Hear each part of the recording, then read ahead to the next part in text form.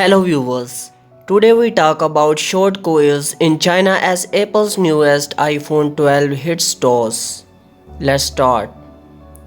Two of Apple's latest iPhone 12 models went to sale in China on Friday after early pre-order data showed strong consumer interest in the 5G-enabled device in the firm's second largest market.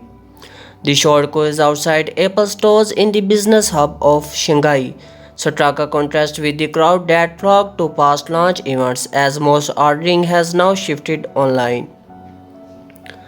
I feel great being the first customer to get the new iPhone, said Yan Bingqing, 30, who arrived before the stores opened and was in a line of about 20 people. I have been waiting a long time. A new green shade for the iPhone 12 was also a top trending topic in Chinese app Weibo on Friday, prompting positive reactions.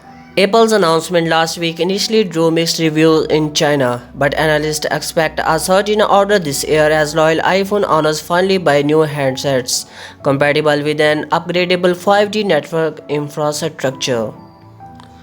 Chinese commerce retailer JD.com saw pre-orders for all four models of the iPhone 12 hit 1.6 million on the first day of the announcement. From the bottom of my heart, it's a little bit late for Apple to release the 5G iPhone, said Zolin, another Apple fan who had quote, I was expecting it last year. Apple and Huawei Technologies Co. Ltd are the only top phone makers racking up shipment growth in China this year, with an annual rise of 35% for Apple in the second quarter, research firm Canalys says.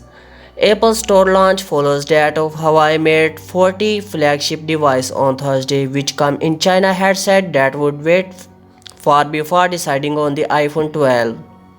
So that's enough for this video. Please subscribe my channel and press bell icons for more updating videos. Thank you.